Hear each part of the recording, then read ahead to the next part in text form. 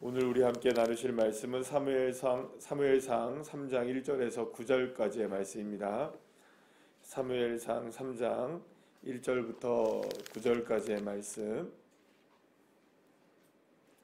우리 다 같이 함께 한 목소리로 합독하시겠습니다. 아이 사무엘이 엘리 앞에서 여호와를 섬길 때에는 여호와의 말씀이 희귀하여 이상이 흔히 보이지 않았더라. 엘리의 눈이 점점 어두워 가서 잘 보지 못하는 그때에 그가 자기 처소에 누웠고 하나님의 등불은 아직 꺼지지 아니하였으며 사무엘은 하나님 궤에 있는 여호와의 전 안에 누웠더니 여호와께서 사무엘을 부르시는지라. 그가 대답하되 내가 여기 있나이다 하고 엘리에게로 달려가서 이르되 당신이 나를 부르셨기로 내가 여기 있나이다 하니 그가 이르되 나는 부르지 아니하였으니 다시 누우라 하는지라. 그가 가서 누웠더니 여호와께서 다시 사무엘을 부르시는지라. 사무엘이 일어나 엘리에게로 가서 이르되 당신이 나를 부르셨기로 내가 여기 있나이다 하니 그가 대답하되 내 아들아 내가 부르지 아니하였으니 다시 누우라 하니라. 사무엘이 아직 여호와를 알지 못하고 여호와의 말씀도 아직 그에게 나타나지 아니한 때라. 여호와께서 세 번째 사무엘을 부르시는지라. 그가 일어나 엘리에게로 가서 이르되 당신이 나를 부르셨기로 내가 여기 있나이다 하니 엘리가 여호와께서 이 아이를 부르신 줄을 깨닫고 엘리가 사무엘에게 이르되 가서 누웠다가 그가 너를 부르시거든 내가 말하기를 여호와여 말씀하옵소서 주의 종이 듣겠나이다 하라 하니 이에 사무엘이 가서 자기 처소에 누우니라. 아멘. 할렐루야. 사사시대 400년 동안의 기나긴 시간, 하나님은 매우 긴 침묵의 시간을 지내시게 됩니다. 물론 때를 따라서 사사들을 세우시기도 하셨고 또 사사들에게 나타나셔서 말씀하시기도 하신 때도 많았지만 대체적으로 사사시대 때에는 하나님이 침묵하셨던 시대라고 우리가 볼 수가 있는 것입니다. 그래서 오늘 1절 말씀에서 보시면은 여호와의 말씀이 희귀하고 이상이 흔히 보이지 않았다라는 말이 정확한 표현이라고 볼 수가 있는 것이죠. 그만큼 하나님은 물론 나타나시긴 하셨지만 희귀하게 나타나셨고 하나님은 오랜 시간 동안 마치 침묵하시는 것처럼 하나님은 드러나지 않은 그런 시대가 바로 사사시대였다고 할 수가 있습니다. 그런데 그렇게 하나님의 침묵이 오래되었다라는 것은 반대로 얘기하면은 하나님이 얼마나 답답하셨을까라는 것을 우리가 생각할 수 있겠죠. 하나님이 말씀을 안 하시려고 하시는 것이 아니라 안 하시는 것이 아니라 하시고 싶지만 해도 소용이 없는 시대였다는 거죠. 그러니까 들을 사람도 없었던 것이죠. 자, 오늘 본문에 보시게 되면 사무엘이 드디어 하나님의 음성을 듣습니다. 그런데 하나님의 음성을 두 번, 세 번을 들어도 이게 하나님의 음성인지 엘리의 음성인지 압니까 모릅니까? 이게 모른다는 거예요. 물론 한 번도 경험이 없으니까 그 음성이 물론 당연히 엘리가 나를 부르는 것인가 싶다라고 이제 어린 사무엘이니까 그렇게 생각할 수 있어도 하나님이 말씀하셔도 알아듣는 사람이 없었다라는 것을 우리가 반증해 주죠. 그것도 엘리조차도 이게 하나님의 음성인지 내 음성인지 지금 얘가 헷갈리고 있구나 이것을 대번 알아야 되는데 그거를 세 번째야 가서야 이제 이게 하나님이 사무엘을 부르시는구나 라는 것을 알 정도로 제사장이 그 정도였으니까 하나님의 침묵의 이유는 단지 하나님이 그냥 말을 그냥 닫으신 것이 아니라 하나님 말씀하셔봐야 들을 사람도 없고 또 말을 해봐야 알아듣고 깨닫는 사람도 없으니까 하나님께서 침묵하셨다라는 것을 우리가 생각해 볼 수 있는 거죠. 그만큼 하나님은 답답하셨다. 그만큼 하나님은 이야기하고 싶어도 할 수 있는 그런 사람이 없었다라는 그러니까 하나님의 답답한 심정을 우리가 이제 알 수 있게 되는 장면이 바로 여기 있습니다. 그러면 여러분 하나님은 답답하시지만 다른 말로 하면 하고는 싶으셨다. 희귀하지만 또 이상이 보이진 않지만 그래도 누군가에게는 이야기를 하고 싶으셨다는 걸 알 수 있어요. 그래서 오늘 누구를 찾으시는 겁니까? 어린 사무엘을 찾으세요. 그러니까 여러분 그 당시에 제사장이 없고 또 사사가 없었겠습니까? 다 있었단 말이에요.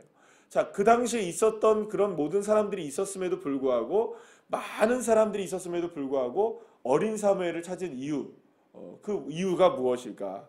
도대체 왜 하나님께서는 이 어린 사무엘을 찾아가셨을까? 물론 우리가 지금까지 살펴본 바에 의하면 어머니 한나의 믿음이 절대적이었죠. 그러면 여러분, 단지 어머니 한나의 기도가 절대적이었기 때문에 이게 가능했을까라는 거죠. 그것만은 아니라는 겁니다. 물론 부모님의 기도가 큰 역할을 합니다. 그러나 결국에는 누가 해야 할까요? 그렇죠. 사무엘도 아직까지 제대로 깨닫지 못하잖아요. 나중에 이렇게 보게 되면 정말로 이제 오늘 말씀에서 나오는 것처럼 내가 듣겠나이다라고 하는 것을 진짜 누가 합니까? 결국에는 사무엘이 무릎을 꿇고 하나님께 말씀을 듣는 종이 되어지는 것은 누가 하는 것일까요? 정말 사무엘이 해야 하는 일인 거죠. 그렇기 때문에 우리는 두 가지가 다 필요한 겁니다. 하나님 앞에 우리가 기도할 때 우리가 자녀들을 위해서 기도해도 하나님 앞에 우리가 먼저 기도하는 게 중요하죠. 우리의 기도가 부모님들의 기도와 우리의 기도가 정말 하나님 앞에 맡기는 기도를 하게 될 때 결국 그 아들이 자녀들이 그렇게 변화되는 건 누가 또 하시는 일입니까? 하나님이 하셔야 될 일이시고 또 그것을 해야 할 당사자는 누굴까요? 자식 본인이겠죠. 이 모든 것들이 다 어우러져서 이게 박자들이 다 맞춰져 나간다는 것이 사실 그게 우리에게는 정말 쉽지 않은 숙제이기 때문에 늘 언제나 깨어 있어야 되는 것은 분명한 것 같습니다. 그러나 오늘 본문 3절 말씀에 우리에게 말씀하시죠. 하나님의 등불은 아직 꺼지지 않았다. 여러분 믿으시길 바랍니다. 나에게도 마찬가지고 우리의 가정에게도 마찬가지고 우리의 자녀들에게도 마찬가지고 뭐 교회나 나라와 민족에게도 하나님의 등불은 꺼진 것 같아도 꺼지지 않았다는 것이죠. 때로는 여러분 희미하게 보여도 그 희미하게 신락같이 보여도 그 신락 같은 것 그것을 붙들고 있을 때에 하나님의 역사는 반드시 일어난다는 것입니다. 그래서 오늘도 저와 여러분이 믿음을 가지고 기도하고 주님을 바라볼 때 비록 꺼져가는 것 같아 보여도 꺼지질 않았다. 우리의 눈에는 꺼져 보여도 하나님은 하실 수 있다. 이 믿음을 저와 여러분 잃지 않기를 간절히 축원합니다. 그리고 바로 오늘 이 그 장면을 보여주는 사람이 바로 사무엘인 것을 보게 되죠. 자, 그렇다면 질문을 해야겠죠. 그럼 왜 사무엘은 이렇게 하나님을 만나게 되었는가? 이렇게 하나님의 침묵이 오랜 400년이라는 시간 동안에 지속적으로 희귀하게 나타나지 않고 드러나지 않고 그러나 꺼지진 않았지만 왜 누군가에게 나타날 수 있었다면 왜 하나님은 사무엘에게 나타나셨을까라는 것을 우리는 생각을 해봐야 되는 겁니다. 그런데 2장부터 사무엘이 태어난 이후로부터 지금까지의 말씀을 이렇게 쭉 보게 되면 특히 이제 사무엘에게 계속 강조되는 것이 있었는데 뭐냐면 여호와 앞에 있었다는 것이죠. 여호와와 함께 있고 그리고 또 오늘 3절 말씀에서도 보시면 여호와 전 안에 누워 있었다라는 것을 보게 돼요.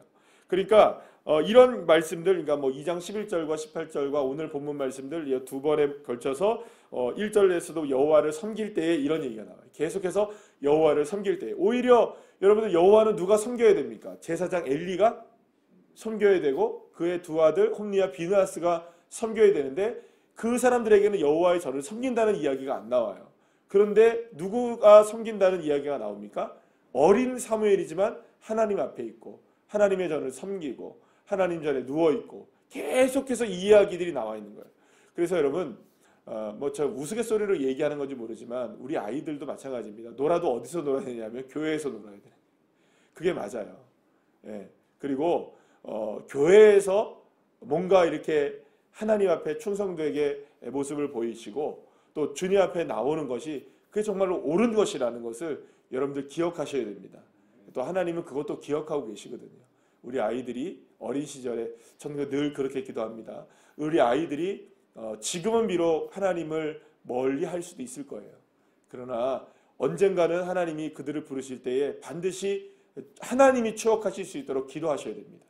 하나님 우리의 자녀들이 혹은 우리의 자녀들이 정말로 주님 앞에 그래도 나와서 하나님을 찬양했던 그 모습들, 하나님 앞에 예배했던 그 모습들, 하나님 앞에 영광 돌렸던 그 모습들을 주님 기억해 주시고 어제 우리 함께 만났잖아요. 생각해 주시고 기억해 주셔서 그 모습으로 회복시켜 주십시오. 하나님이 추억하시고 기억하시면 되는 거잖아요. 그렇죠?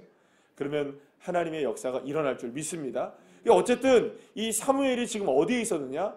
하나님의 전 앞에 있었던 거예요. 바로 저는 어떻게 보면 이 말씀, 이 하나님 앞에 섬길 때에 하나님 전에 있었을 때 하나님 앞에 누워 있었을 때 이 장면이야말로 어떻게 보면 사무엘이 이 침묵을 깨고 하나님의 말씀을 들었던 놀라운 하나님의 은혜가 그에게 있게 된 역사였다고 저는 생각을 합니다. 왜냐하면 그 당시에 이렇게 하나님 앞에 있었던 사람들이 많았을까요? 물론 많았을 거예요. 왜 오늘도 우리가 이전에도 우리가 보면은 매년마다 많은 사람들이 어디 올라옵니까? 성전에 올라와서 예배를 드리고 있었어요. 이때도 사사시대에도 여전히 이 사람들은 관습에 따라서 습관에 따라서 또 율법에 따라서 많은 사람들이 하나님 앞에 나와서 예배를 드렸어요. 그런데 그들에게 하나님이 안 나타났다는 거죠. 그럼 어떤 마음으로 사무엘이 여호와의 전에 있었을까? 여기 맨 마지막에 나오죠. 주의 종이 듣겠나이다. 이렇게 말씀하옵소서. 순종합니까 안 합니까? 지금 오늘에서는 이게 엘리의 이야기로 나오는 거지만 하나님 앞에 바로 순종을 합니다. 지금도 여러분 엘리 제사장의 말에 순종을 합니까 안 합니까? 순종을 해요. 정확하게 순종을 하죠. 그 말에 대해서 온전하게 순종을 하는 이 사무엘, 어린 사무엘을 우리가 보게 되는 거죠. 그래서 하나님 앞에 온전한 순종을 하며 하나님 앞에 있었던 이 사무엘을 하나님이 기억하고 계시는 것이죠. 그리고 그에게 하나님이 드디어 희귀했지만 흔하게 보이진 않았지만 꺼지지 않았던 하나님의 역사가 드디어 누구에게 드러납니까? 이 사무엘에게 드러납니다. 그리고 그 이후에 계속해서 누가 나타나십니까? 사무엘에게 하나님이 나타나시죠. 그리고 사무엘과 대화를 나누시고 사무엘에게 하나님의 뜻을 허락해 주시고 그렇게 하나님의 뜻 가운데 온전히 살아가는 사무엘로 세워지게 되는 것을 보게 됩니다. 사랑하는 여러분, 그러면 우리가 한번 생각해 보시죠. 또 마지막으로 생각할 게 엘리도 성전에 있었고, 그죠? 홈리와 비느하스도 성전에 있었는데 왜 사무엘에게만 임하게 되었는가? 이 말은 어떤 의미를 갖고 있느냐? 같은 곳에 있어도 모든 사람에게 똑같이 동일하게 역사하시는 것은 아니라는 것을 우리가 알 수 있는 것이죠. 그러면 우리가 생각해야 됩니다. 이왕 하나님이 드러나시려면 하나님이 희귀하지만 꺼져가지 않는다는 것을 보여주시려면 여러분 누구에게 보여주셔야 되는가? 누구에게 보여주시기를 원하실까요? 저는 됐습니다. 옆에 있는 분 보여주세요. 여러분 양보하시겠습니까? 양보하지 마시고 하나님 나에게 보여주시고 나에게 드러내주시고 내게도 하나님 베풀어 주세요. 영권의 회복, 영성의 회복, 능력의 회복을 누군가에게 양보를 할 수 있겠죠. 그러나 여러분 가능하다면 내가 이런 주인공이 되면 얼마나 좋겠습니까? 영적인 권세가 저와 여러분에게 다시금 회복될 수 있도록 나에게도 부어질 수 있도록 누군가에게 부어져도 좋은 일이지만 이왕 누군가에게 부어지는 일이라면 하나님 나에게도 부어주세요.